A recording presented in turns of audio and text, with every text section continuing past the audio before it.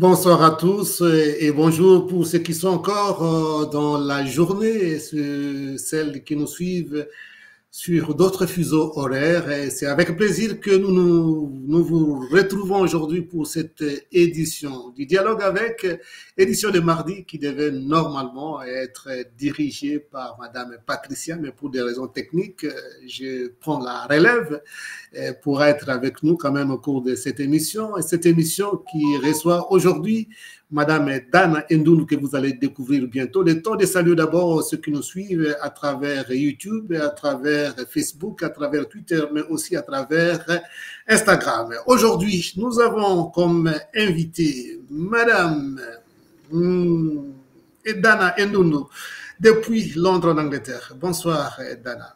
Bonsoir Jean-Pierre. Voilà, merci d'être avec nous. Vous êtes notre invité aujourd'hui. Nous aurons le temps de vous découvrir davantage où nous donnerons l'occasion à nos téléspectateurs de bien vous connaître puisque vous êtes notre invité du jour. Alors, nous avons aussi avec nous celle qui devait présenter l'émission et qui m'a donné la passe, c'est Madame... Comme vous la connaissez, Madame Pensée du jour. On lui a fait même honneur par notre ami Benjamin Oumba qui a parlé d'elle afin que la petite sphère puisse encore la connaître davantage. Patti, ça va? Tu vas bien? Buongiorno padre, come stai? Sto bene. Aujourd'hui, c'est en italien là.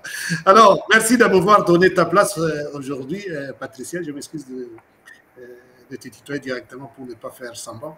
Donc, merci beaucoup d'être avec nous, même si tu m'as donné la passe, mais quand même, tu es là avec nous. Et alors, notre habitué aussi, notre ami Alfred. Bonsoir Alfred, professeur. Bonsoir Jean-Pierre, bonsoir Dana Ndoundou et puis Patricia. Bonsoir, très heureux de vous retrouver. Alors, c'est vraiment avec plaisir que nous nous retrouvons encore aujourd'hui après avoir raté le rendez-vous de vendredi passé, encore pour des raisons techniques de notre invité. Alors, il y a quelqu'un qui a aussi beaucoup disparu, qui est avec nous aujourd'hui. Il est revenu de sa tournée en Afrique, si je peux dire comme ça, puisqu'il a été dans plusieurs pays. Alors, Yves, bonsoir Yves. Bonsoir. De retrouver, hein. On sent que tu as tourné. Oui, mais bien. Je demande déjà un peu de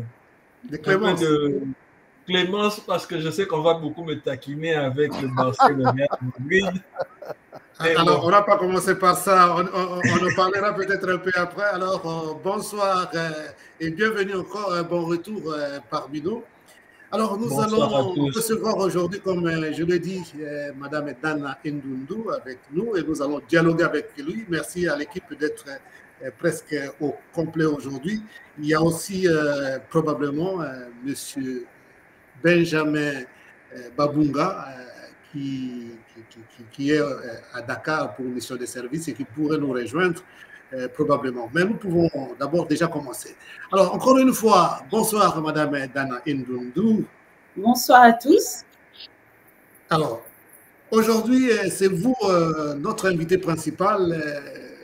La moindre des choses d'abord, c'est de vous donner la parole pour que vous puissiez d'abord nous parler de vous et puis aussi après de votre parcours de vie. Ça signifie parcours quand même d'abord scolaire et académique, et puis alors nous allons découvrir votre parcours professionnel. On commence par le parcours scolaire et académique. Oui, bien sûr. En tout cas, merci de me recevoir. Que dire de moi? Dana Ndoundou, je suis congolaise, née à Kinshasa, il y a de cela plusieurs années maintenant. Je suis née à Kinshasa, j'ai grandi à Kinshasa, en tout cas pour l'enfance, dans la commune de ma campagne, une autre époque, à l'époque de Mobutu. Et puis en 1991 ou 1991, pour d'autres, dû aux événements qui se sont passés à Kinshasa à l'époque, les pillages, comme ceux que tout le monde connaît, les parents ont décidé de nous envoyer en Europe, en Belgique, où nous avions déjà des attaches. Donc, à un assez jeune âge, je me suis retrouvée catapultée dans un nouveau pays. Nouveau pays, nouveau climat, nouvelles habitudes, nouvelles maisons, un peu recommencer à zéro. Et comme plusieurs autres Congolais à l'époque, se retrouvaient en internat en Belgique pour toutes les études, la fin des études primaires, études secondaires. Et puis après les études secondaires, j'ai décidé de rester en Belgique pour faire mes études universitaires. J'ai étudié les sciences économiques à l'Université libre de Bruxelles, pour ceux qui connaissent. Donc 5 ans à Bruxelles, ça a été une très bonne expérience. Alors, juste une petite curiosité, on ne suit pas l'école secondaire, mais vous avez été à l'Université libre de Belgique. Qu'est-ce que vous avez fait comme étude là-bas pour qu'on ait un peu une idée pour la suite? Donc oui, à la base, je suis économiste de formation. J'ai fait les sciences économiques, donc à l'Université de Bruxelles. Et à partir de cela, le parcours de vie a complètement changé. J'ai beaucoup voyagé, j'ai beaucoup vécu dans d'autres pays. La première expérience a été un retour sur Kinshasa, parce que justement, lors de ma dernière année universitaire, donc au moment de faire ce qu'on appelle le mémoire en Belgique, donc la thèse de fin d'études, j'ai décidé de faire mon travail sur le système bancaire au Congo et les opportunités et les challenges qu'il vivait à l'époque. Et grâce à cela, j'ai pu discuter avec beaucoup d'acteurs du système bancaire congolais à l'époque, dont Monsieur Michel Losembe, que je pense que vous connaissez bien, que vous avez eu comme invité dans la commission. Voilà, Michel, c'est un ami. D'ailleurs, il vient d'arriver aujourd'hui à Rome, donc je le verrai de ces 4 matins. Michel Losembe. Donc, ouais. Voilà, on va lui faire un coucou, un très bon ami, quelqu'un que j'apprécie et que je respecte beaucoup. Et donc, en rencontrant Michel Losembe à cette époque, il m'a proposé, à la fin de mes études, de venir me prendre un peu sous son aile et avoir une expérience à la Citibank, où il travaillait à l'époque, la Citibank à Kinshasa, ce que j'ai fait.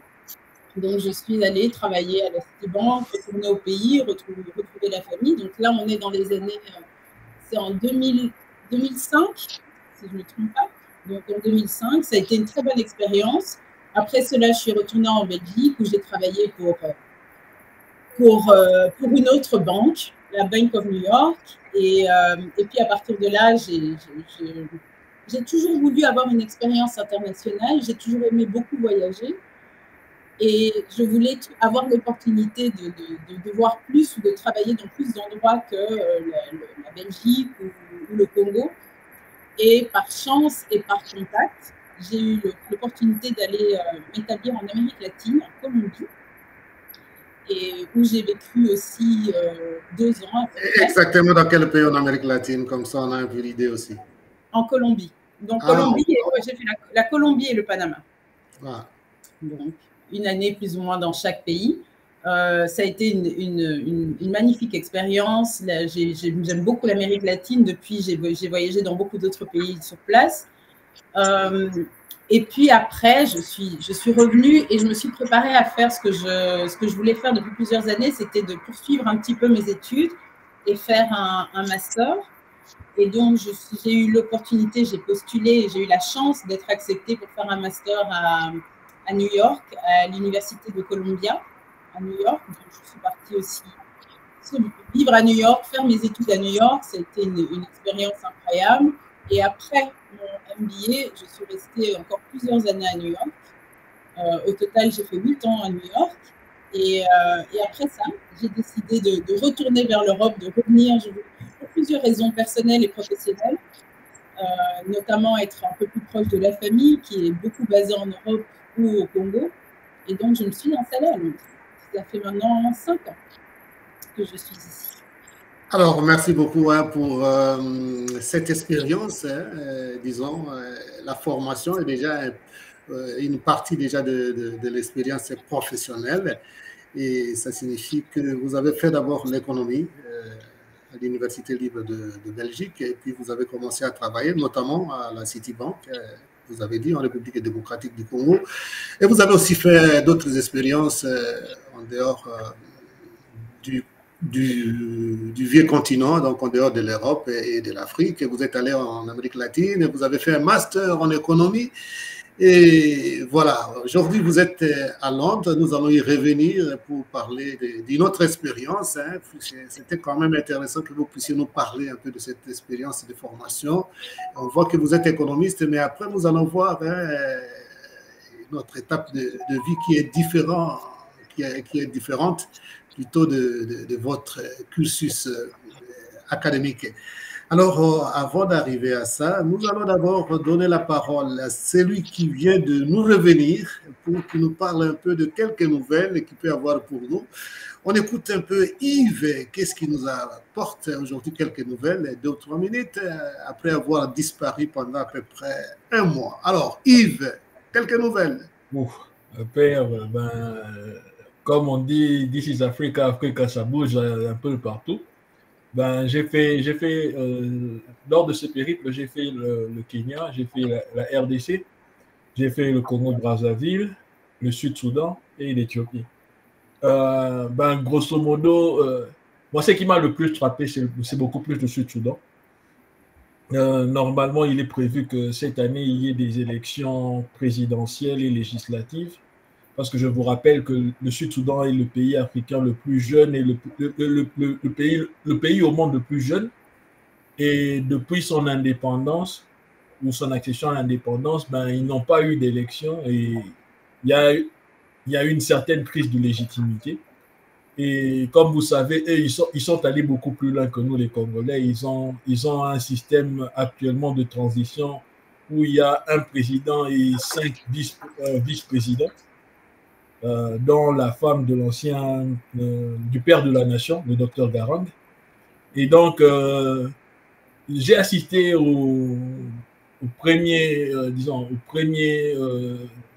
première rencontre qui annonce les élections. Et il est prévu que d'ici la mi-mai, ou bien la fin du mois de mai, qu'il y ait une espèce de rencontre entre tous les grands leaders pour justement essayer d'avoir une feuille de route commune à toutes les forces politiques en présence. Mais une chose est à signaler, c'est que ils sont en train de parler d'élections, mais les préalables pour qu'il y ait des élections ne sont pas remplis. Et je vois très mal comment est-ce que cela va aboutir. D'autant plus que le principal opposant au président Salva Kiir s'est déjà montré très sceptique. Et actuellement, il réclame premièrement que l'on fasse une nouvelle constitution. Ce sont des éléments qui étaient déjà mis dans leur accord de paix et de transition. La constitution n'a pas été faite. Le casernement et l'unification des forces militaires n'a pas été fait.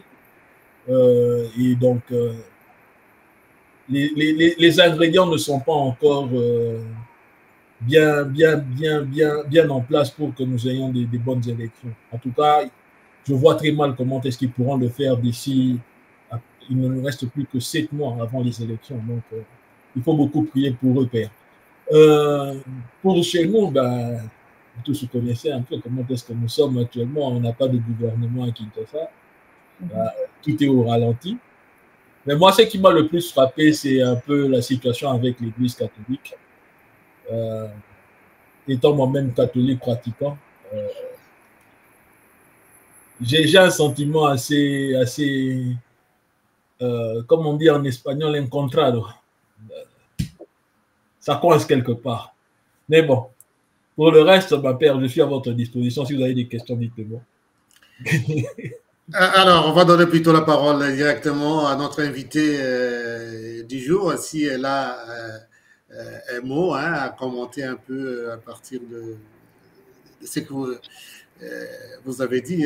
Alors, Madame Dana, un petit commentaire après avoir suivi M. Yves Kahacha qui a fait il a fait des tours dans plusieurs pays africains. Il faut dire que pour votre information, Yves Kahacha est normalement résident à Madrid, en Espagne, mais il est dans le monde, c'est un pétrolier, comme je peux dire comme ça, un peu en bref, il fait des affaires dans le pétrole.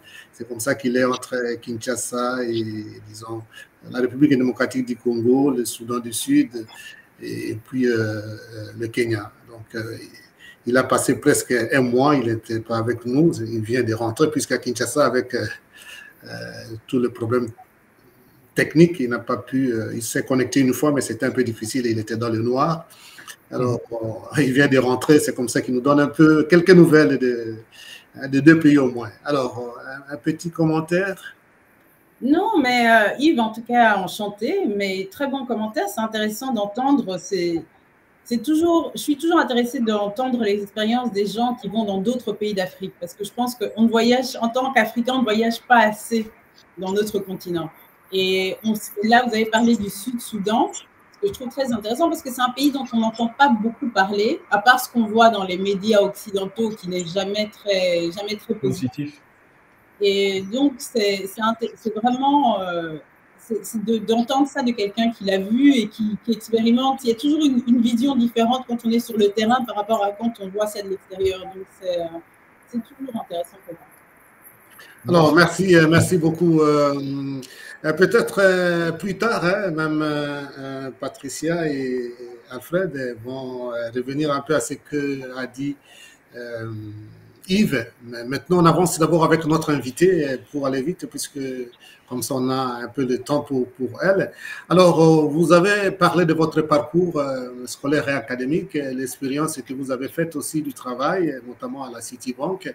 Et puis, vous êtes allé faire des expériences en Amérique latine, notamment dans deux pays, dont la Colombie.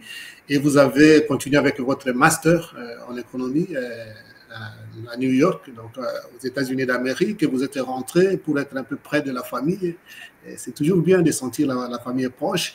Alors, vous êtes maintenant à Londres, en Grande-Bretagne, là où reste aussi notre Patricia. Et tout d'un coup, vous êtes intéressé à un autre domaine. C'est là où nous allons un peu essayer de parler par curiosité pour découvrir ce domaine. Vous avez fondé Pavillon 54. Et alors, le contenu de Pavillon 54, vous allez nous le donner. Moi, je sais un peu déjà, puisque j'ai parcouru votre site. Donc, Pavillon 54. L'idée du départ d'abord, du Pavillon 54, puisque vous vous êtes intéressé, en fait, pour être clair, à l'art. C'est quand même intéressant, puisque, bon, l'économie touche un peu à tout, même à l'art, mais de l'économie à l'art, quel saut. L'idée est venue d'où, Dana? Oui, c'est une très bonne question, parce qu'effectivement, mon parcours académique et professionnel ne me prédisposait pas à faire ce genre d'activité. Parce que, donc, comme j'ai mentionné, j'ai travaillé chez Citibank, mais j'ai aussi travaillé dans plusieurs autres banques, la Bank of New York. Je suis retournée chez Citibank une fois à New York. Donc, j'ai beaucoup travaillé dans le système financier et puis dans les technologies aussi à New York. Et je pense qu'en arrivant à Londres, au moment où je travaillais aussi toujours d'ailleurs pour une start-up dans la fintech. Mais en arrivant à Londres, je me suis dit, bon, ok, j'ai fait un peu tout ce parcours, j'ai fait ce que j'avais à faire, j'ai étudié, j'ai travaillé dans des domaines plutôt classiques, mais j'avais aussi toujours été intéressée par l'entrepreneuriat. Depuis toute petite, en voyant autour de moi, mon père a été dans l'entrepreneuriat pendant longtemps, ma mère aussi a fait plusieurs affaires. Donc, c'est quelque chose qui m'attirait. Je me suis dit, bon, voilà, là, j'ai beaucoup travaillé, j'ai appris beaucoup de choses. Peut-être que maintenant, il est temps d'essayer de faire quelque chose par moi-même. Est-ce que je peux essayer de lancer quelque chose? Et l'idée pour l'art m'est venue de mon parcours, de mon enfance et de mon éducation. Mes parents ont toujours apprécié l'art, mes parents ont toujours acheté beaucoup d'art. Donc, c'est un environnement dans lequel j'ai grandi. Et puis, je pense qu'en étant congolaise aussi, on est tous d'accord. Le Congolais est très créatif. Le Congolais ne manque pas d'imagination, que ce soit dans l'art, dans la musique, dans la sculpture, dans toutes ces choses que l'on fait très bien. C'est quelque chose dont je pense qu'on doit être fier et qu'on doit montrer un peu plus. Et en regardant un peu partout, c'est au Congo, mais je me suis rendu compte qu'on retrouve ce genre d'éléments dans pratiquement tous les pays africains. Et un peu comme ce que je disais par rapport au Sud-Soudan, souvent, une fois de l'étranger, et j'ai vécu très longtemps à l'étranger, dans plusieurs continents, l'image qu'on voit de l'Afrique, c'est un peu toujours la même chose, c'est la pauvreté, c'est la corruption, c'est les problèmes, c'est tout ça. Et l'idée de pouvoir montrer quelque chose de positif de nous, les Africains, de nous, les hommes noirs ou pas, parce que le continent est vaste et divers, c'est quelque chose qui m'a beaucoup plu. Et en même temps, je pouvais aussi appliquer un peu tout ce que j'avais appris pendant mon parcours professionnel, que ce soit en termes de gérer ou comment on s'organise une entreprise. J'ai bossé beaucoup dans la technologie, dans tout ce qui est numérique, et c'est quelque chose que je voulais apporter. Et donc, en combinant un petit peu ça, donc à savoir mon héritage culturel, mon envie de faire quelque chose, de montrer quelque chose de positif sur l'Afrique et mon parcours professionnel, je me suis dit, bon, ok, essayons cela. Alors, vous avez essayé cela, en fait, Pavillon 54, c'est un peu un portail qui expose les œuvres d'art, hein, donc clairement. Et alors, vous vous êtes lancé. C'est depuis quelle année, en fait, d'abord que vous avez commencé ça? Alors, j'ai commencé en 2020, au début de la pandémie Covid. Donc, nous étions tous à la maison, nous avions tous beaucoup de temps. Et c'est à ce moment-là que j'ai commencé à vraiment travailler là-dessus, à faire des recherches, à voir s'il y avait un potentiel, qu'est-ce qu'il y avait moyen de faire. Et que j'ai construit la première version de la plateforme comme on la voit aujourd'hui, donc le site, en travaillant avec quelques artistes au début. Et puis, petit à petit, on a rajouté, on travaille avec des artistes. Et donc, je vais revenir un petit peu d'ailleurs sur ce que c'est. Donc, comme vous l'avez mentionné, c'est un portail qui promouvoit l'art et les cultures africaines et de la diaspora afro-descendants inclus. Et on se focalise sur plusieurs choses. Donc, il y a la partie découverte, donc découverte des œuvres d'art, découverte des artistes que nous montrons. Il y a une partie éducative également, où nous avons un blog qui est bien documenté, où nous touchons plusieurs sujets, qu'il s'agisse du marché de l'art en général. On parle des artistes, on parle de l'économie de l'art, on parle des collectionneurs, on parle de comment commencer, comment s'intéresser à l'art, comment s'y prendre. Et la troisième partie, c'est aussi une partie communauté où de temps en temps, occasionnellement, nous organisons des événements. Nous en avons organisé quelques-uns à Londres, où nous faisons ça en partenariat avec d'autres structures artistiques dans d'autres pays pour faire venir l'art directement pour que les gens puissent l'expérimenter en personne. Et alors, quand je jette un coup d'œil sur votre site, hein, votre portail, je suis intéressé un peu à ce que vous avez mis là comme phrase. Au-delà de leur beauté, collectionner des œuvres d'art qui ont une âme et une valeur durable. Chaque œuvre d'art que vous collectionnez chez nous ajoute un chapitre à votre héritage. Qu'est-ce que vous voulez dire clairement à ça? Ce que je veux dire, c'est que l'art, même si c'est quelque chose qui paraît, qui est tout à fait subjectif et qui peut paraître futile pour certains, c'est quelque chose qui est très important. L'art a toujours été dans l'histoire de l'humanité une part importante pour raconter l'histoire, raconter les histoires des peuples, raconter les histoires des pays, donner sa propre interprétation d'une vie, quelle qu'elle soit. Et je pense que c'est important, notamment en tant qu'Africain, justement, de voir tout ce qu'on peut faire, ce dont j'ai mentionné tout à l'heure, la créativité que l'on a, la capacité de créer des choses magnifiques. Il faut que les gens puissent l'apprécier et vraiment avoir de l'art dans sa vie, ça change une vie parce que ça ouvre l'esprit, ça fait réfléchir, ça peut provoquer parfois, ça peut donner des émotions. Donc, c'est une part importante de toute culture. Et je pense qu'en Afrique, on devrait, comment dire ça, je ne vais pas le dire en anglais, mais on devrait, si pas le respecter, l'apprécier mieux. C'est quelque chose que j'aimerais beaucoup, que les gens l'apprécient plus, l'intègrent dans leur vie et que ça reste une partie de notre histoire que l'on laisse non seulement sur le continent, mais dans le monde entier. Alors, merci beaucoup. En tout cas, nous allons entrer en profondeur un peu pour découvrir davantage cette expérience donc de Pavillon 54, donc, de cet intérêt pour l'art en général. Est-ce que je peux juste faire une mention parce que je viens de recevoir une… Non, ça j'ai vu, ça c'est interne. Alors, il aura le temps de poser cette question puisque ça c'est un peu un chat interne, évidemment. J'ai vu ça. Il aura le temps de poser la question. Ça c'est Yves, j'ai vu la question. Alors, on aurait le temps de l'attendre directement comme ça aussi. Et puisque là, ceux qui nous suivent, disons, ne lisent pas ces chats internes. Et évidemment, il y a aussi tous ceux qui sont là, Patricia et aussi le professeur Alfred, ils auront des questions à leur tour, comment j'aurais fini avec vous. Alors, le temps d'aller aussi en France rapidement pour écouter le professeur Alfred Echango. Pour votre connaissance d'Anna Ndoundou, le professeur Alfred Echango enseigne à l'université de Sorbonne. J'ai eu l'honneur de visiter un peu l'université pendant mes vacances à Paris. Donc, on lui donne la parole pour avoir un peu quelques nouvelles de France. Alors, rebonsoir à tout le monde. Donc, l'actualité ici en France est assez dense.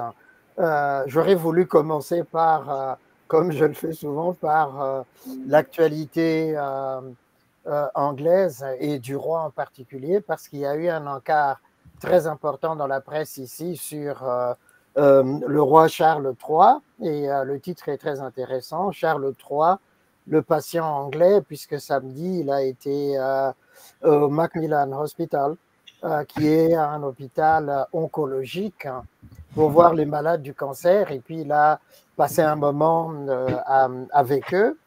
Et ici, on a beaucoup insisté sur le fait que ce n'est pas dans la tradition de la monarchie anglaise de se plaindre. Et on a rappelé un peu le mantra de la reine, never explain, never complain. Alors que là, le roi a rompu justement avec ces traditions en exposant sa maladie.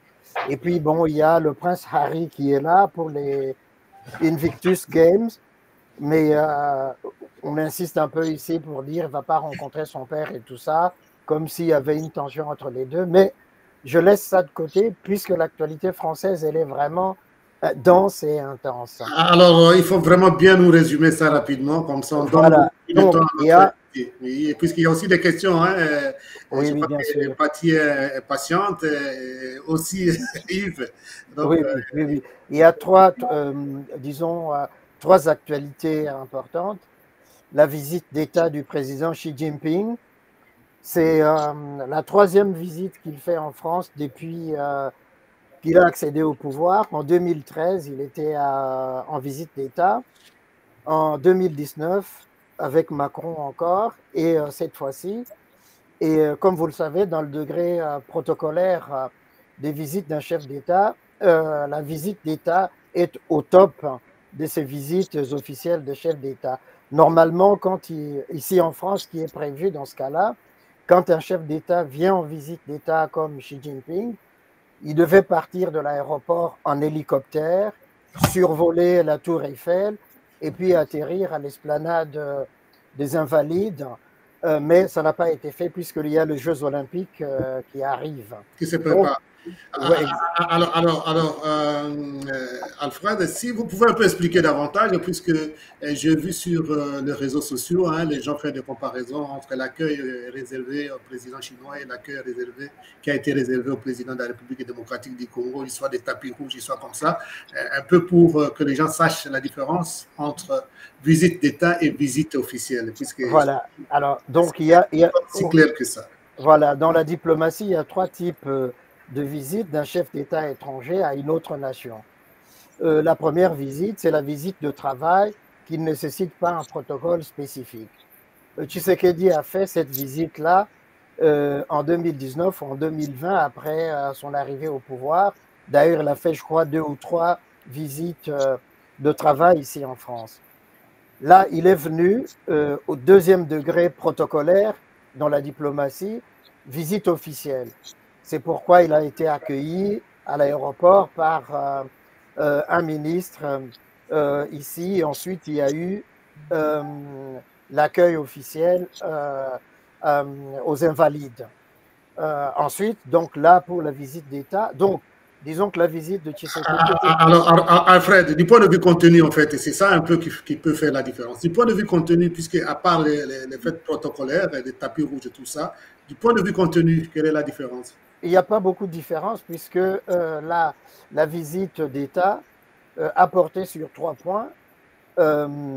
Célébration des 60 ans des relations diplomatiques entre la France et la Chine, que De Gaulle avait inauguré en 1964. Deuxièmement, visite économique. Il y a le forum franco-chinois, sino-français qui a eu lieu. Et à côté de ça, visite d'État autour de la France, l'Europe et la Chine sur les questions de commerce. Voilà le type de différence infime, mais qui ne change pas beaucoup, puisqu'il y a eu le dîner officiel pour Tshisekedi, comme pour le président Xi Jinping. En fait, c'est au niveau simplement symbolique qu'il y a une différence entre celui-là. Les deux types de visites. Les visites d'État et les visites officielles. Voilà. Et comme il y a aussi visites de travail, comme vous avez dit aussi, on peut ajouter aussi des visites privées. Voilà, exactement. Mais les privés, on n'en parle pas. Et donc, le deuxième point important de cette visite d'État, c'est que là, il y a le volet personnel privé. Le président de la République, aujourd'hui, a invité Xi Jinping et son épouse dans le village de sa grand-mère, de sa famille maternelle, à Bagnères de Bigorre. D'ailleurs, ils ont atterri à Lourdes, ils ont passé Lourdes pour aller jusqu'au Tourmalet, donc à Bagnères de Bigorre, où ça a été vraiment privé. Ils ont déjeuné au restaurant du Tourmalet, et donc là, le président chinois est reparti. Donc là, vraiment, dimension privée, et puis voilà. Deuxième actualité, c'est le décès justement de Bernard Pivot, et le titre qui m'a paru vraiment intéressant à rappeler, c'est le monsieur qui nous a... Alors, le monsieur qui nous a fait aimer les livres. C'était le monsieur livre à la télévision, monsieur dicté à la télévision, dicté au niveau de la France et puis orthographe au niveau international. D'ailleurs, à Kinshasa, ça avait été organisé pendant un moment. Donc, il vient de nous quitter. Et puis, c'était un fan absolu de Saint-Étienne.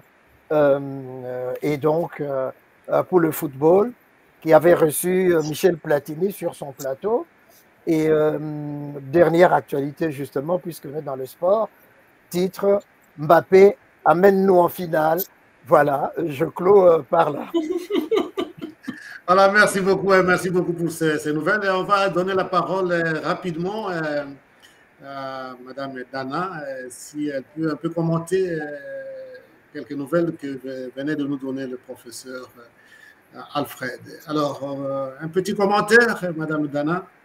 Non, comme toujours, très intéressant. Je ne connaissais pas les différents types de protocoles et de visites. Bon, je me doutais, et je crois que je les mélangeais tous, officiels, d'État, je pensais que c'était la même chose. Donc, c'est toujours bien à apprendre. Et vous venez de m'apprendre, je n'étais pas non plus au courant de la nouvelle de Bernard Pivot, c'est qu'il repose en paix. Voilà, alors merci beaucoup. Nous allons maintenant revenir à vous pour parler encore de vos activités et surtout de Pavillon 54. Alors, il faudra aussi ajouter quand même que vous portez un nom qui est connu pour la politique de la République démocratique du Congo. Vous êtes bien la fille de M. Ndundo qui est un homme d'État en République démocratique du Congo, c'est ça, non? C'est bien ça.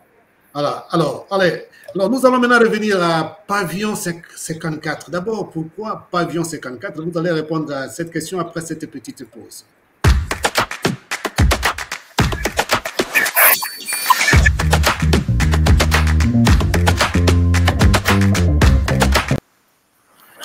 en profite pour faire un petit coucou, un petit salut à notre graphiste depuis l'Afrique du Sud, donc Monsieur Abou le Patriote, qui nous suit sûrement. Alors, pourquoi Pavillon 54, Madame Dana? Pourquoi? Alors, le nom est venu parce que pavillon, j'ai choisi. Un peu pavillon, c'est que ça signifie, mais pourquoi 54? Ah, voilà, oui, non. Donc, 54 parce que c'est le nombre de pays qu'il y a en Afrique. Ah oui, ouais, c'est important de le savoir. Donc, pavillon 54, donc 50. Donc, si par exemple, il y a un autre pays qui s'ajoute, puisqu'il y a encore des problèmes, par exemple, avec genre au Maroc là-bas, on ne cite pas les noms, mais si par exemple ce pays est indépendant maintenant, ça sera alors pavillon 55, c'est ça? Oui, ça c'est le problème que je risque d'avoir un jour. Effectivement, avec l'Afrique, on ne sait jamais. Il y a quelques années, ça aurait été 53, maintenant c'est 54, donc on verra. On verra. Alors, pavillon 54, est-ce que vous vous contentez seulement d'être virtuel, hein, puisque bon, l'art, les gens veulent aussi voir, ça pas seulement sur le site. Est-ce que c'est seulement virtuel ou bien de temps en temps vous pouvez organiser par exemple un pavillon pour le vente réelle avec les artistes présents, avec leur art aussi? Oui, non, donc la majorité de ce que nous faisons est virtuel, effectivement. Et je voulais précisément que ce soit comme ça parce que je pense que beaucoup de choses dans le monde évolue vers la numérisation et la digitalisation des choses. Donc, je pense que c'est intéressant et il y a moyen de toucher beaucoup plus de monde, beaucoup plus facilement. Cela étant dit, effectivement, nous organisons également des événements physiques. Donc, nous en avons déjà organisé 2 ici à Londres. Et nous avons aussi participé à d'autres événements avec d'autres structures, notamment en Afrique du Sud. Il y a quelque chose qui se travaille, on verra, pour Kinshasa, ce que j'aimerais également énormément faire. Donc, l'idée, c'est occasionnellement organiser des événements dans différents endroits, comme ça peut bouger, comme ça on peut toucher plus de monde, comme ça on peut faire passer le message un peu plus internationalement, où les gens peuvent effectivement venir et voir l'art, sentir l'art, vivre l'art. Donc, c'est le mélange des deux. Alors, comment est-ce que vous procédez, par exemple, pour que les gens puissent, disons, on utilise le mot même si c'est virtuel, exposer leur art et aussi, quand il s'agit de vendre, on s'adresse à qui? À l'artiste ou bien au propriétaire de pavillon 54, par exemple?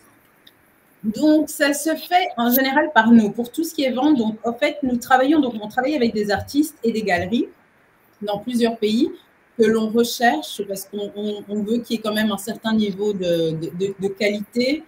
Donc, ce sont en général des artistes qui font ça comme carrière. C'est leur carrière principale d'être artiste, qui ont déjà fait des expositions locales ou internationales, qui ont une certaine renommée, une certaine reconnaissance, soit sur leur marché, soit dans plusieurs pays. Ou alors d'autres artistes qui nous font signe ou des gens qui nous recommandent des artistes. Donc, c'est tout un travail en amont pour découvrir les talents qui sont exposés sur la plateforme.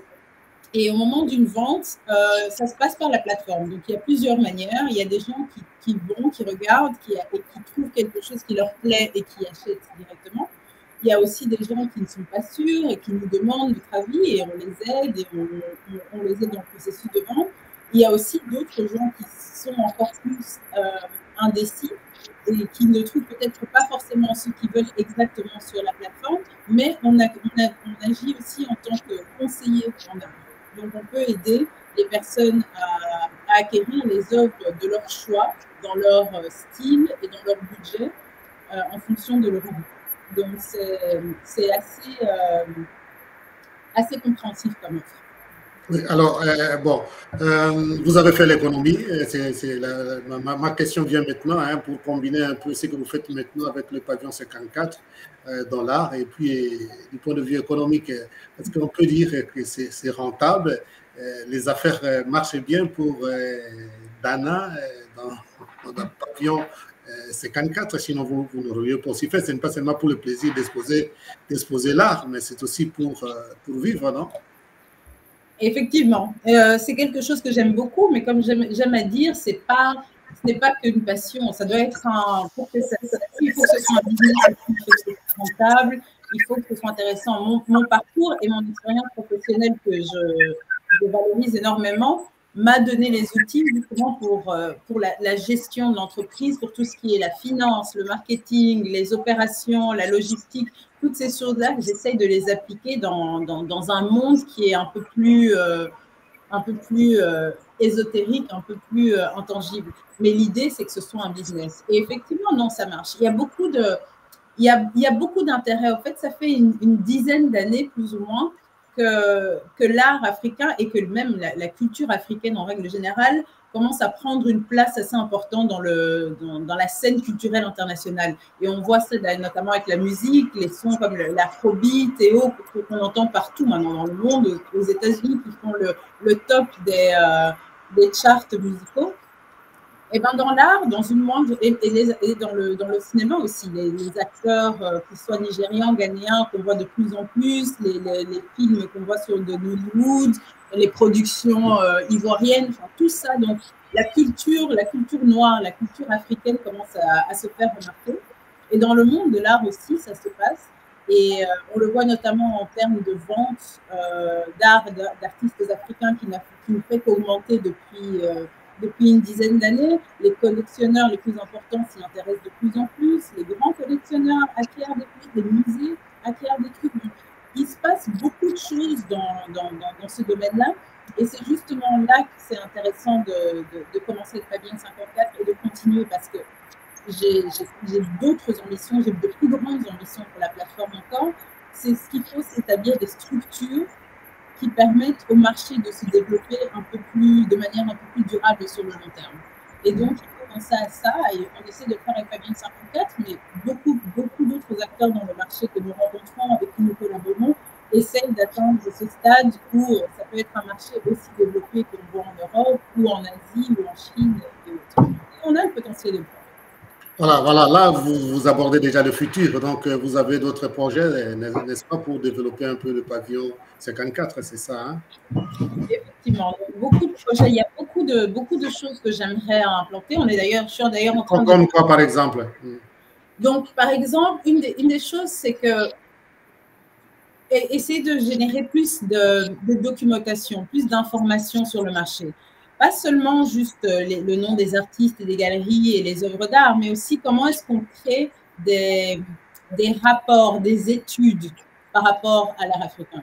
Des livres pour raconter les idées. Mais justement, dans ce sens-là, je voulais par exemple dire, vous pouvez aussi créer des catalogues donc, en format livre pour faire connaître pour les gens qui ne sont pas sur le site.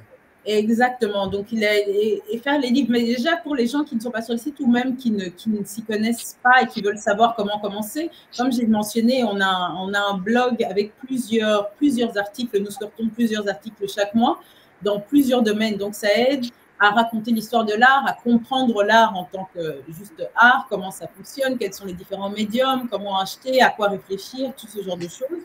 Et dans l'avenir, essayer de développer ça un peu plus. Quelles sont les données, quels sont les chiffres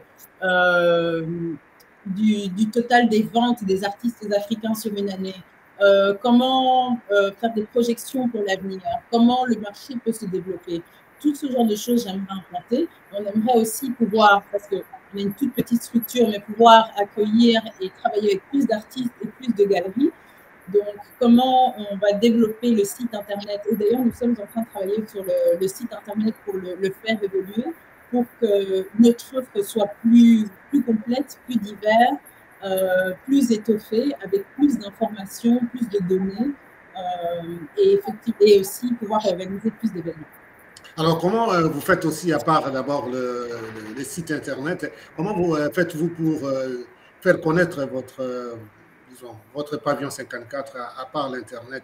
Vous utilisez les réseaux sociaux ou autres pour que les gens puissent savoir, surtout les artistes, pour qu'ils sachent qu'il y a cette plateforme pour exposer et vendre leur art. Comment est-ce que vous faites connaître auprès, surtout aussi, pas seulement de gens qui achètent, mais surtout auprès des artistes afin qu'ils rejoignent votre pavillon? Oui, bien sûr. Donc, oui, effectivement, nous sommes aussi sur les réseaux sociaux, sur Instagram, Facebook, Twitter, LinkedIn. Donc là aussi, on peut nous trouver. Nous participons aussi, j'essaie de bouger beaucoup pour participer à des événements, des foires d'art, rencontrer des galeries. Je vais à la rencontre des galeries, je vais à la rencontre d'acteurs à chaque fois que j'ai l'occasion d'aller dans les pays du continent ou même à l'étranger, et j'essaie de rencontrer les artistes de la diaspora. Donc, il y a ces trucs-là. On peut nous joindre également par email. Toutes les informations sont sur le site internet. Je fais des activités comme nous faisons ce soir, donc essayez d'en parler le plus possible. Voilà, c'est aussi une promotion, hein, mais une promotion gratuite d'air. Hein. Bien sûr, c'est aussi une promotion et je vous en remercie. Donc, il y a beaucoup de choses. Et sur la partie Internet, c'est là aussi que mon parcours professionnel est utile parce que j'ai beaucoup travaillé dans le marketing et dans le digital, dans le numérique. Et donc, il faut pouvoir implanter le marketing sur Internet, c'est pas juste avoir un site Internet. Il y a toute une série d'activités, d'outils, d'analyses à faire pour pouvoir toucher toujours un public plus grand et qu'il soit du côté des collectionneurs, du côté des galeries ou du côté des artistes. Mais petit à petit, on fait notre chemin. Petit à petit, ça fait toujours plaisir quand des gens m'abordent et me disent qu'ils ont entendu parler de nous, ou des gens qui contactent, qui veulent faire des partenariats. Donc, oui, ça va dans les deux sens. Petit à petit, Alors, non, ça marche, puisque quand on voit votre site, c'est un site bien fait, hein, et tout est facile à visiter, à découvrir. Alors, moi, j'ai posé suffisamment de questions. Et sinon, les autres vont me regarder comme ça en disant qu'ils ont aussi des questions. Patricia a dit qu'elle avait beaucoup de questions d'ailleurs. On lui donne la parole. Alors, Madame Pensée du jour, vous avez la parole. Vous avez des questions. Bonsoir. Est-ce que vous m'entendez bien? En tout cas, moi, oui. Ok, super, merci. Parce que bon, je suis dans un pays où Internet n'est pas encore à son optimum, donc on est encore en 4G. C'est un peu compliqué, mais on va faire avec. Pour l'instant, ça fonctionne très bien. Ça va, ça va. De temps en temps, il y a des coupures. Donc, au cas où il y a une coupure, excusez-moi d'avance. D'abord, enchantée de vous voir et encore une fois de vous parler, parce qu'on a eu à échanger un petit peu avant l'émission, Dana. Et enchantée également. Vous avez un brillant parcours et en tout cas, moi, j'ai rien à dire là-dessus. Vous êtes vraiment le genre de femme qu'il faut mettre en avant, notamment en RDC, parce que c'est vrai qu'on a beaucoup de femmes qui font beaucoup de choses, mais quitter un petit peu le secteur économique et le secteur de la banque pour aller dans l'art, quelque part, c'est un saut dans le vide. Moi, c'est mon point de vue. Hein. C'est vraiment mon point de vue parce que c'est un saut dans le vide. C'est comme un acteur. Non, c'est comme un banquier, par exemple. Il est banquier et puis du jour au lendemain, il dit « Ah non, je veux devenir acteur ».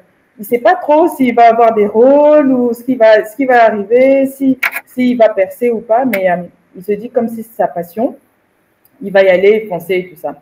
Et c'est un petit peu ce que je perçois, en tout cas dans votre décision de vous porter dans l'art, parce que ce n'est pas non plus un secteur, notamment en Afrique, ce n'est pas un secteur qui porte des fruits directement. Ça demande beaucoup de travail, beaucoup de travail, d'analyse, de recherche, etc. Parce qu'il faut aller les chercher, les artistes et tout. Il faut avoir l'œil aussi pour découvrir ceux qui vont porter, ceux qui vont pouvoir faire avancer votre entreprise, etc. Donc, c'est vraiment quelque chose que j'admire. J'admire vraiment beaucoup ce courage. Et on a besoin vraiment de plus en plus de femmes qui font ce genre de choses. Donc, j'ai parcouru aussi votre site et je suis tombée aussi sur une photo avec l'acteur Idriss Elba, dont je sais qu'il aime beaucoup l'art et il aime beaucoup la culture africaine et tout ça. Donc, je voudrais que vous nous expliquiez un petit peu dans quel cadre vous l'avez rencontré. Et si vous travaillez avec lui, sur quel projet? J'aimerais beaucoup travailler avec lui. On n'en est pas encore là. Mais oui, non, ce fut un honneur, ça a été un plaisir de le rencontrer, de participer à un événement avec lui. Pour tout ce que vous avez dit, ça fait toujours plaisir d'entendre des mots d'encouragement. Comme vous dites, ce n'est pas facile de se lancer dans quelque chose de différent. Je n'abandonne pas complètement mon passé d'entreprise parce que je travaille toujours sur des projets, parfois sur le côté à cause de ça, et j'apprends toujours par rapport à ça, et c'est quelque chose que j'aime beaucoup. Mais je voulais aussi pouvoir faire autre chose. Et je pense que c'est aussi une question de personnalité. J'ai toujours été quelqu'un qui essaie de foncer, surtout au niveau carrière et expérience de vie. On ne vit qu'une fois, il faut essayer d'en profiter, il faut essayer de faire quelque chose. Je me suis dit, j'ai beaucoup étudié, j'ai travaillé, j'ai de l'expérience. Je pense que ce qui limite souvent beaucoup les femmes, c'est qu'on se pose beaucoup de questions, on doute beaucoup de nous. Et on n'ose pas faire les choses parce qu'on se dit qu'on ne va pas les faire assez bien, ce ne sera pas parfait. Il faut essayer. Au pire des cas, ça ne prend pas et on est autre chose. Et c'est un peu avec cette idée que je me suis lancée et qu'on essaie de continuer. Maintenant, pour en revenir à monsieur, c'est une occasion qui m'est tombée dessus et qui était extrêmement positive. Je suis en contact avec beaucoup comme je l'ai mentionné, avec beaucoup de galeries, beaucoup d'artistes, beaucoup de maisons de vente aux enchères et tout, et notamment avec la maison de vente aux enchères Sotheby's, qui est basée un peu partout, mais qui a un grand bureau ici à Londres. Et donc, je connais assez bien l'équipe qui s'occupe du département de l'art africain, art contemporain et moderne africain. Et on a beaucoup échangé. Ils ont pensé à moi parce qu'ils organisaient un panel de discussion sur les industries créatives en Afrique. Et ils voulaient avoir quelqu'un qui représente l'Afrique centrale, notamment le Congo. Un des sponsors de l'événement était Africell, qui était effectivement une grande entreprise au Congo. Et donc, ils voulaient avoir quelqu'un de si possible congolais. C'est comme ils me connaissaient, ils m'ont proposé de venir. Et je ne le savais pas tout de suite, mais assez vite, ça s'est confirmé que M. Idriss Elba allait être là. Donc, c'était la cerise sur le gâteau. Et c'était au mois de mars, chez Sotheby's, ici à Londres. Et donc, un panel de discussion avec moi, M. Elba, le curateur aussi du musée, un des curateurs du musée du MoMA à New York. Et ce fut une conversation très, très intéressante parce qu'effectivement, M. Idriss Elba a une carrière bien établie dans l'art, dans la musique, dans le cinéma, mais il touche à beaucoup de choses. Il est très fier de son héritage africain, il en parle beaucoup. Il était là aussi parce que je pense qu'il travaille sur un projet de musique au Ghana. Donc, ce fut une super expérience. Une super expérience. Il y avait beaucoup de monde, ça s'est très bien passé. Et c'est toujours un plaisir de participer à ce genre d'événement. Merci beaucoup. J'ai une dernière question. Enfin, une dernière question. Je ne suis pas sûre que c'est une dernière question, mais est-ce que vous connaissez... en fait, ce que je me dis, c'est qu'on n'a pas assez de représentation d'art congolais, juste pour revenir sur l'art congolais. Et pourtant, on a beaucoup d'artistes, des artistes qui sont un petit peu comme ça, pas connus, qu'on peut retrouver dans la rue ici, ou bien ceux qui sortent aussi de l'université. Nous n'avons pas assez de représentation à l'étranger, par exemple. Est-ce que vous travaillez avec des artistes congolais et aussi, est-ce que vous avez beaucoup selon vos analyses et vos petites recherches, est-ce que vraiment les Congolais, en tout cas ceux qui peuvent se permettre d'acheter des tableaux, etc., est-ce qu'il y en a beaucoup des collectionneurs congolais? Alors, pour ce qui est de travailler avec des artistes congolais, oui, nous travaillons avec des artistes congolais et c'est quelque chose qui, dans les mois prochains, je vais encore rajouter plus de Congolais. Parce que, comme vous dites, il y en a beaucoup, on a tellement de talent et j'aimerais que ce soit mis un peu plus sur le devant de la scène. Pour l'instant, ça a été plus de manière équilibrée entre plusieurs pays d'Afrique, mais je vais mettre un peu un push pour le Congo dans les mois qui viennent. Donc ça, c'est une chose. Maintenant, pour ce qui est des acheteurs, il n'y en a pas assez. Et ça, c'est un travail que j'essaie de faire aussi beaucoup, justement, en discutant, en participant à ce genre de discussions comme aujourd'hui ou en participant à l'événement avec Sotheby's le mois passé. Je veux faire en sorte, et c'est ce que je fais avec M. Idriss Elba, de parler du Congo. Parce qu'on parle beaucoup du Nigeria, on parle beaucoup du Ghana, on parle beaucoup de l'Afrique du Sud. Et c'est vrai, ces pays font des choses formidables. Mais au Congo aussi, on fait beaucoup de choses.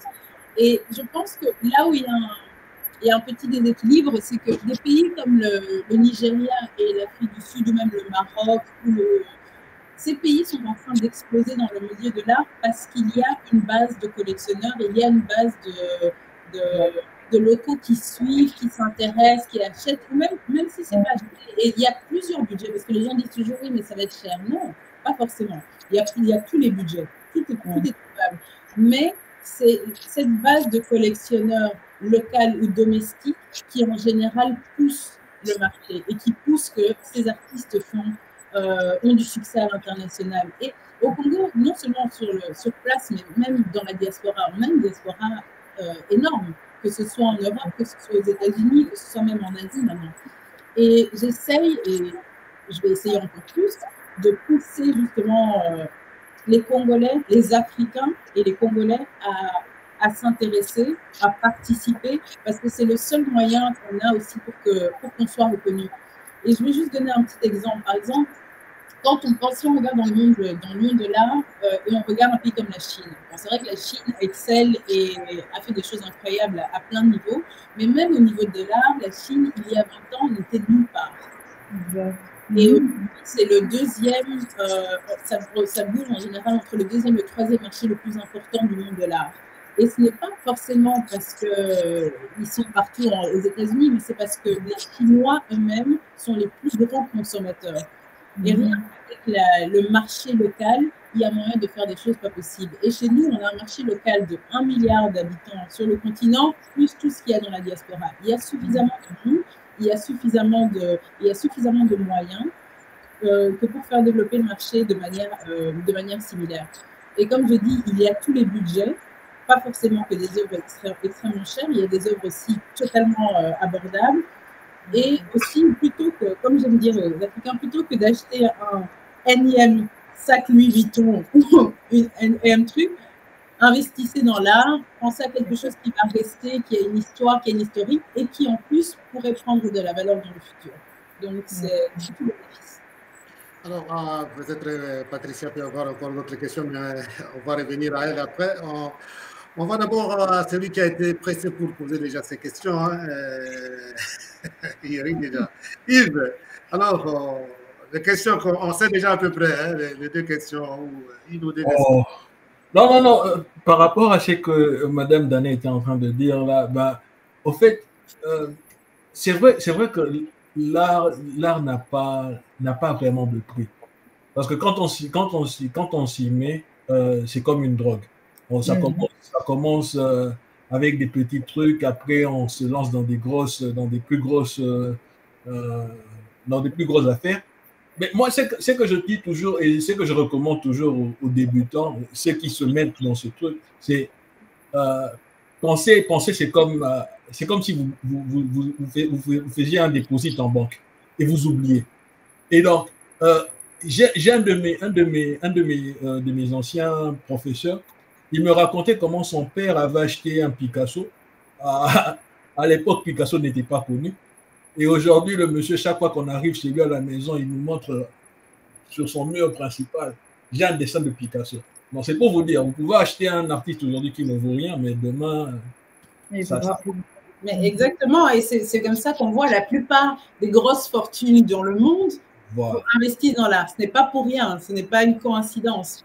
Et il y a de ça, et on regarde, on a sorti un article il n'y a pas longtemps sur les collections des entreprises, et on donne l'exemple, par exemple, de John D. Rockefeller ou JP Morgan, qui à l'époque ont fait des investissements qui faisaient quelques millions de dollars, mais aujourd'hui, la valeur de leur collection sont plus élevées que la richesse de la famille.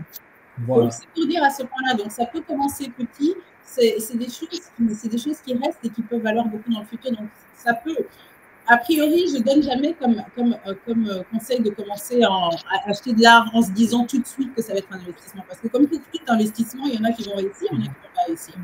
Achetez ce que vous aimez, mais avec la possibilité, comme disait Yves, que c'est un investissement qui met en banque, on oublie, et puis peut-être un jour, ce sera une super surprise. Et c'est vrai que c'est une drogue. Ça commence avec des petites choses, et puis après, on achète, on n'a plus assez de murs, mais on continue d'acheter.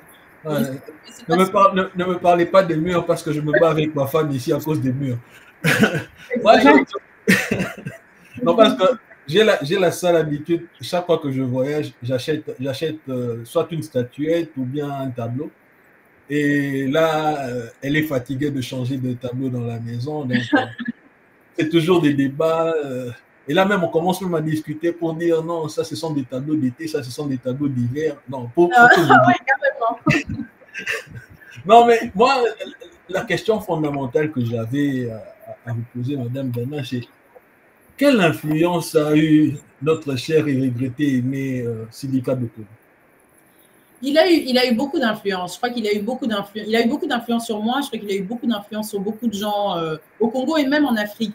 Je suis ici à Londres et j'ai rencontré des gens à Londres, aux États-Unis, partout où je vais. Tout le monde le connaissait et tout le monde le respectait, le reconnaissait pour sa passion de l'art et pour ce qu'il faisait pour l'art africain. Parce que même, comme je dis, nous, en plus, on avait la fierté supplémentaire de savoir qu'il était congolais, mais même les Nigérians, les Ghanéens, les Ivoiriens, les Sénégalais étaient fiers de ce qu'il faisait pour l'art africain, de représenter, de montrer que nous aussi on peut, pour la restitution des œuvres, pour raconter l'histoire, replacer les choses dans le contexte. Donc pour tout ça, il a eu beaucoup d'influence sur moi.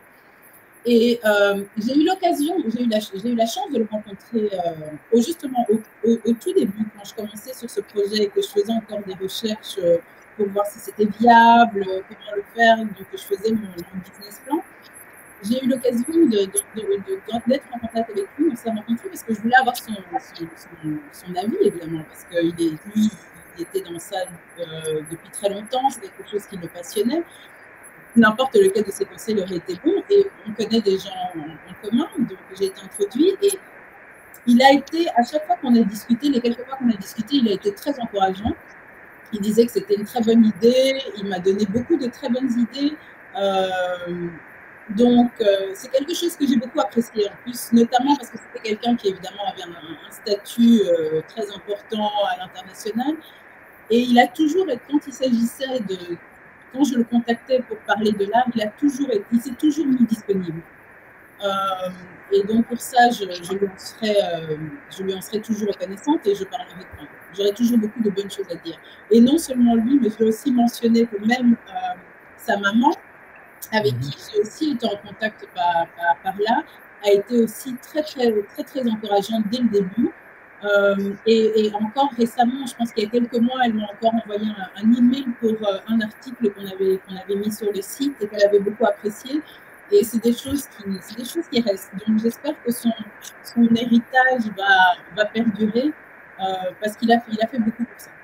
Dana, la prochaine fois que vous serez à Kinshasa, est-ce que vous pouvez passer au centre culturel du Collège Boboto? Il y a des très bons artistes. Il y a des très bons artistes. Et je recommande spécialement deux qui ont été mes professeurs. Le professeur Edikova et le peintre Moulamba. Ok, mais Yves, on va échanger. Je veux bien qu'on échange les contacts parce que je vais probablement aller à Kinshasa dans les 2 mois ou quoi qui viennent. Comme ça, on organise ça. Parfait. Voilà, merci pour la publicité de CCB, Centre culturel Boboto Yves. On sent bien que tu n'as pas oublié. Non, jamais. Jamais. Fidèle serré. Dan, ça c'est mon élève. Hein, je l'ai enseigné au Collège Boboto. Je le connais très bien. Alors maintenant, la parole aussi au professeur Alfred. Hein, il doit avoir certainement des questions pertinentes. Oui, beaucoup de choses. Mais on écouterait Dana Ndundo pendant des heures. Hein, merci. Elle est formidable. Hein. J'admire déjà son parcours. Ça, c'est parcours de jeune Congolaise, jeune fille congolaise qui a fait des études et puis qui a voyagé à travers le monde. Ça, c'est déjà formidable. C'est une expérience énorme qui vous change une personne. Découvrir d'autres peuples, d'autres cultures, d'autres pays, c'est toujours très enrichissant. Ça, c'est, voilà, je voulais le souligner tout de suite. Et puis, l'initiative de créer justement ce pavillon 54 est formidable. C'est vrai qu'il y a les artistes congolais qu'on ne connaît pas beaucoup. Pour un Chéri Samba qui a réussi à émerger, combien d'autres qui sont oubliés, qui sont ignorés. Et on le sait très bien, chez nous, nos artistes ne vivent pas de leur art. malheureusement. Tout à l'heure, vous avez parlé des sacs qu'il ne faut pas acheter. Juste petite anecdote, le premier cadeau que Emmanuel Macron donne au président chinois, c'est un sac Chanel en cuir noir. Voilà. Et puis ensuite, un vase d'amboise qui a été spécialement fait pour la Chine. Et puis des livres de Victor Hugo, parce qu'il aime Victor Hugo, les Contemplations, et puis une traduction chinoise de Notre-Dame de Paris. Et puis le premier dictionnaire français-chinois, chinois-français, publié en 1742. Donc, voilà. Patricia a évoqué des artistes, le cinéma, etc. On n'en voit pas beaucoup. Mais il y a une Congolaise dont on ne parle pas beaucoup, qui évolue à Hollywood, qui a joué dans Esprit criminel, qui a joué dans SWAT. Elle s'appelle Felicia Wissa. Elle est née évidemment à Los Angeles. Elle a fait ses études de cinéma à Hollywood. Et puis après, elle est passée dans le célèbre conservatoire d'art dramatique de New York. Donc voilà, on a quelques perles comme ça. Et voilà, vous étiez dans la banque, mais vous y êtes encore. Vous venez dans l'art, c'est très bien. J'ai juste une toute petite question. C'est, est-ce que vous êtes en contact, enfin, comment vous situez Pavillon 54 par rapport, par exemple, au British Museum? Et si vous avez des contacts avec eux ou pas? Et quel est l'accueil, justement, qui est réservé à Pavillon 54? Alors, pas encore directement avec le British Museum. Je dois dire que c'est vrai que les musées sont encore des institutions que je n'ai pas encore beaucoup approchées. Cependant, ce que je peux dire, et personnellement, mais ce que je peux dire, c'est que les musées sont intéressés parce que justement, avec tout ce qui s'est passé ces dernières années et notamment avec ce qui s'est passé avec le mouvement des Black Lives Matter et tout ce qui en a suivi, il y a eu une espèce de reconnaissance en Occident du manque de diversité. Et notamment dans le monde de l'art, on parle, c'est beaucoup, oui, la Renaissance, beaucoup ce qui se passe en Europe. Il n'y a pas beaucoup de ce qui se passe en Afrique où ce n'est pas reconnu. Ou alors, il y a tout ce qui est traditionnel et qui a souvent été, qui sont souvent des biens mal acquis.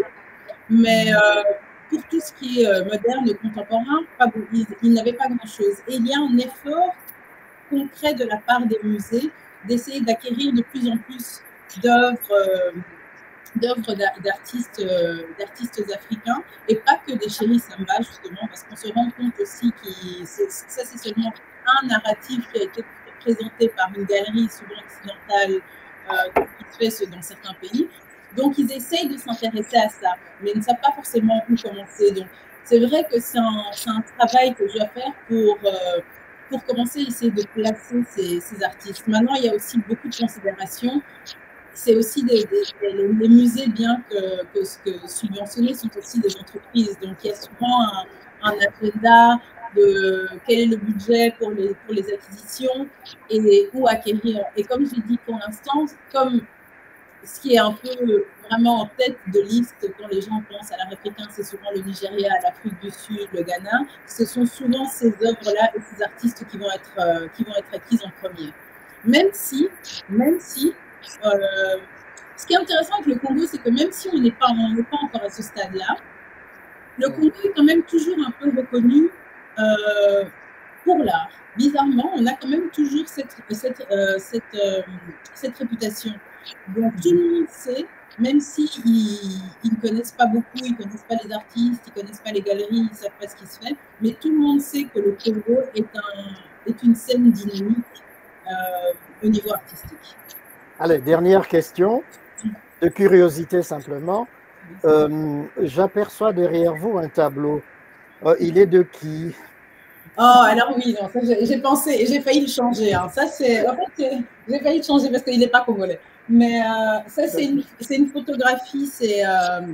Désolé, il y a un peu de reflet à cause de la lumière. Mais c'est une photographie d'un artiste nigérian qui s'appelle Asiko, qui est un artiste d'ailleurs avec qui on travaille sur Pavillon 54, on travaille depuis le tout début. C'est un des premiers artistes qu'on a qu'on a signé et qui va très bien. Entre l'époque où on a commencé et où il en est aujourd'hui, ses prix ne font qu'augmenter, sa renommée ne fait qu'augmenter, donc c'est une très bonne acquisition.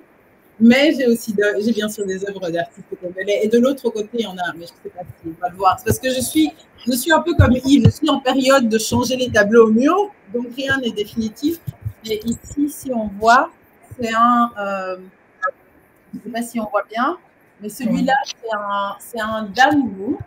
On le voit très bien. Ouais, un Damvou que j'aime beaucoup d'ailleurs, Damvou, j'en ai quelques-uns, qui est de 92, si je ne me trompe pas, et que j'ai acquis, juste pour donner, j'ai acquis aux enchères pour un prix qui était dérisoire pour ce que ça vaut. Et moi, je savais ce que ça valait, donc c'était une très bonne affaire pour moi. Mais, donc, c'est beau. Alors, il nous reste à peu près 5 minutes. Nous allons faire le dernier tour. Je vois qu'Yves est pressé, mais on commence toujours comme on a fait au départ. On commence par Patricia, sauf si Patricia n'a plus de questions. Alors, on passe à Yves. Alors, Paty? Si, j'ai une question. Dana, quel est ton artiste préféré? Oh là là. Oh, ça, je ne saurais pas répondre. Ça, c'est vraiment difficile. Ça, il y en a tellement que… Après, elle va aussi parler d'une citation. Bon, Oui, non, ça, c'est non.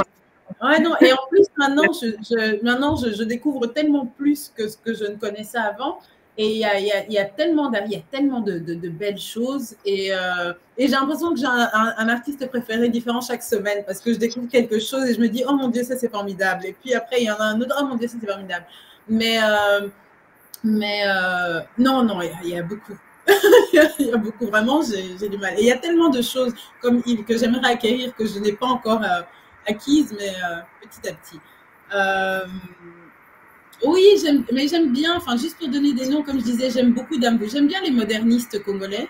Je pense que c'est aussi juste parce que c'est ce que mes parents aimaient beaucoup. Donc, mes parents en ont plusieurs, on en avait beaucoup. Donc, j'aime bien cette espèce de romantisme, mais romantisme authentique à l'africaine, à la congolaise, que des artistes comme Damvou, Mavinga, Lema Kusa, et autres, Abel, Yolo et autres. Donc ça, c'est des artistes que dès que j'ai l'occasion, que je trouve une bonne affaire quelque part, j'essaie d'obtenir. Et puis dans les jeunes, il y en a aussi tellement.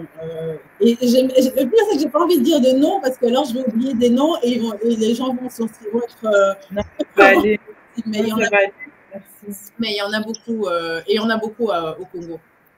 Alors, c'est fini, Paty? Encore une autre question ou bien? Non, c'est bon pour moi, merci beaucoup. Alors, on passe à Yves. Yves, il était pressé. Alors, rapidement, Yves, 1 minute tout au plus. 1 minute tout au plus. Bon, moi, je vais la mitrailler alors. Premier assaut. L'art comme instrument de diplomatie. Très bien, très important. Mais d'ailleurs, professeur Alfred l'a mentionné tout à l'heure, même si on offre souvent des trucs, mais l'art comme cadeau entre chefs d'État, c'est un classique. Ça a toujours été un classique. Donc, c'est aussi quelque chose, et je recommande en tant que diplomatie, je veux dire, politique, étatique, mais aussi dans la vie privée. Moi, c'est un truc recevoir une œuvre d'art comme cadeau ou l'offrir, c'est un super cadeau. C'est quelque chose qui reste, c'est quelque chose d'important, c'est quelque chose qui fait passer un message, c'est quelque chose qui est aussi plus personnel, plus profond. Donc, oui, non, tout à fait. Et tous les chefs d'État s'offrent des œuvres d'art à chaque visite, à tout bout de champ. Donc, c'est très important aussi. Ok, deuxième assaut. De papa et maman, qui a été l'influence la plus forte en matière d'art? Papa, parce que je crois que c'était celui, et même si maman aussi est très passionnée et a fait beaucoup, je crois que c'est beaucoup papa qui achetait plus sur des coups de cœur ou qui faisait venir et puis qui changeait les tableaux et autres. Tous les deux sont forts, mais je crois que c'est un peu plus, je donnerai un peu plus de crédit à papa. D'accord. Voilà. Dernier assaut. Oh, alors, Yves, il ne faut pas abuser, Yves. Alors, vraiment dernière. Hein. Non, non, je laisse tomber, sinon j'accapare. Non, non, le dernier assaut. De toutes les formes d'art qu'il y a actuellement sur le marché congolais, peinture, sculpture, théâtre et compagnie, qu'est-ce qui te frappe le plus? Moi, j'ai été toujours un peu plus sensible personnellement, à la peinture et à la sculpture. Donc, c'est en général ce vers quoi je tends le plus facilement. Mais j'aimerais bien justement voir un peu plus de sculpture. Je pense qu'on avait la sculpture était importante à une époque et ça s'est un peu perdu, même si maintenant il y a de jeunes artistes qui reprennent ça ou des artistes qui font ça très bien, comme, je sais pas moi, Freddy Timba ou Aimé Pané, qui font des très belles choses. Mais je pense que la sculpture vaudrait la peine d'être remise en avant. La photographie, ce qui n'est pas forcément quelque chose qu'on faisait beaucoup, j'aimerais bien. C'est quelque chose que je ne connaissais pas avant et que, notamment avec ça, je découvre un peu plus en voyant d'autres pays et il y a beaucoup de choses à faire. Le théâtre de chez nous, c'était toute une institution à une époque. Et je crois que ça commence à revenir petit à petit. On peut tout faire au Congo. Ce n'est pas la créativité qui nous manque, ce n'est pas les capacités et les compétences qui manquent. Dernier commentaire, pas vrai. Vous voyez, le retour à l'authenticité, ça a servi. Hein? Alors Yves, nos téléspectateurs vont nous abandonner puisqu'il y a un match important de demi-finale entre Paris Saint-Germain et l'équipe allemande de Dortmund. Il faut respecter un peu nos téléspectateurs. Nous allons donner aussi la parole à professeur Alfred, certainement qu'il a une dernière question. Oui, une dernière question, mais en commençant par rappeler, il y a un artiste que j'aimais beaucoup à l'époque, dont j'avais vu le travail chez lui, c'était Maître Nkusu, parce que j'avais étudié avec son fils à Boboto, Nkusu Bautanga, Makidi, qu'on a appelé après Mao, mais qui nous a quittés il n'y a pas longtemps. Donc voilà. Oui. Non, mais moi, ma question, elle est très simple. C'est, vous avez vécu en Colombie et puis au Panama 2 ans. Est-ce que à cette époque-là, vous vous étiez aussi intéressé à l'art des afro-descendants panaméens ou colombiens? Parce qu'il y en a beaucoup là-bas. Oui, non, il y en a beaucoup. Et oui, déjà à l'époque, j'étais intéressée, j'étais pas autant dedans qu'aujourd'hui, évidemment, mais j'ai toujours été intéressée depuis assez longtemps.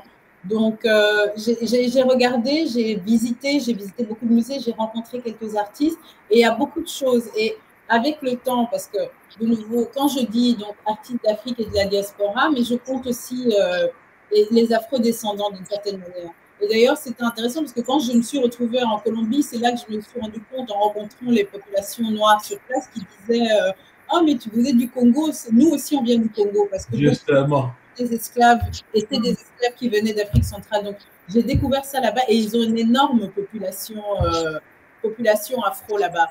Donc, ça, c'est aussi des choses que j'aimerais pouvoir emmener dans la plateforme en temps et en heure quand on aura un peu plus de ressources, de moyens, de gens pour aider. Mais oui, non, il se passe beaucoup de belles choses là-bas aussi. Super.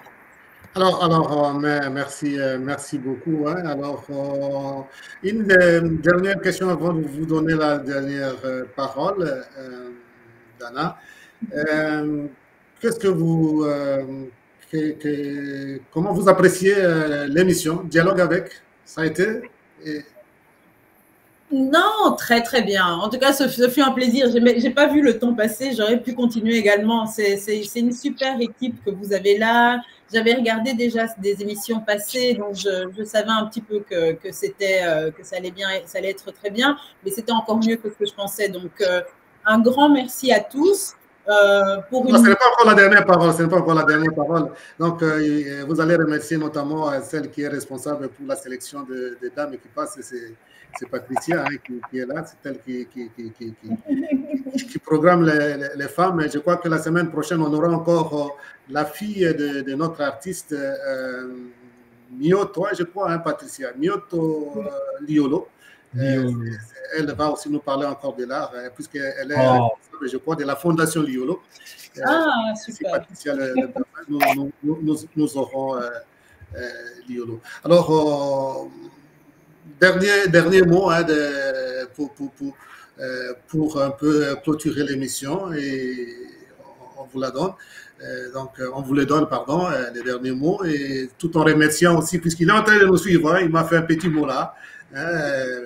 Michel Losembe qui a permis que nous puissions vous recevoir aujourd'hui. Il est bien en train de vous suivre depuis longtemps. Alors, dernier mot, Dana Ndoundou. Non, dernier mot, comme j'ai dit, comme je voulais le dire tout à l'heure, un grand merci à tous. Ce fut vraiment un plaisir d'avoir une discussion animée, interactive, intéressante. Merci pour les questions qui ont toutes été vraiment très pertinentes. Donc, ça a vraiment été un plaisir pour moi. Et merci de donner l'occasion de parler de quelque chose qui me passionne, qui me consume aussi un petit peu chaque jour au niveau du travail et au niveau de ce que je fais. Et j'invite tout le monde qui nous entend, qui nous regarde ou qui va nous regarder plus tard, à s'intéresser à ce qui se fait, à s'intéresser à l'art africain, à s'intéresser à notre culture, à notre héritage, à ce qu'on fait de beau et à ce qu'on peut laisser comme marque dans l'histoire à travers notre art. Ouais. En tout cas, un grand merci encore une fois, Dana Ndoundou, pour la disponibilité. Hein. Vous avez vu, hein, ici, on peut vous recevoir encore. On ne va pas compter le nombre de fois qu'on vous a reçu.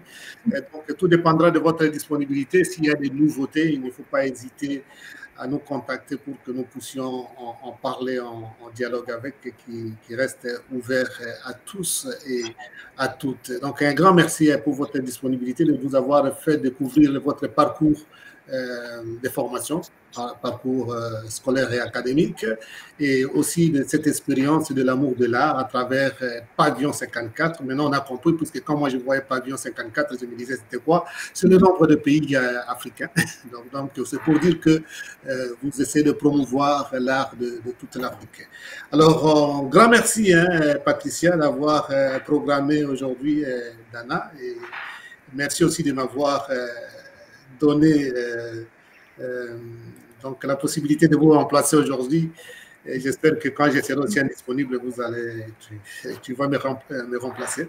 Merci beaucoup, professeur Alfred. Même si vendredi prochain, vous ne serez pas, on se tutoie, on est des amis, tu ne seras pas avec nous puisque tu vas un peu prendre quelques jours de repos encore. Donc, tu vas nous manquer un peu comme l'a fait Yves depuis tout ce temps. Merci Yves d'avoir été avec nous. Et nous remercions encore une fois tous les téléspectateurs qui nous ont suivis et aussi ceux qui vont suivre cette émission, puisque nous allons avoir un rendez-vous encore vendredi prochain, mais cette émission, vous allez la retrouver demain à partir de 14h pour la rediffusion. Il ne me reste plus qu'à vous souhaiter une bonne soirée pour les gens qui sont dans le même fuseau horaire que nous et une bonne journée pour ceux et celles qui nous suivent à travers notre fuseau horaire. Le plaisir était le mien de vous présenter ce programme. Ceux qui vont suivre les demi-finales entre Paris Saint-Germain et l'équipe allemande de Dortmund. Bonne chance pour les vainqueurs. Et demain, ne manquez pas surtout aussi de suivre une autre demi-finale qui va opposer le Real Madrid contre donc Bayern de Munich. Moi, je souhaite plutôt que Real gagne. Au revoir et à très bientôt avec le même plaisir.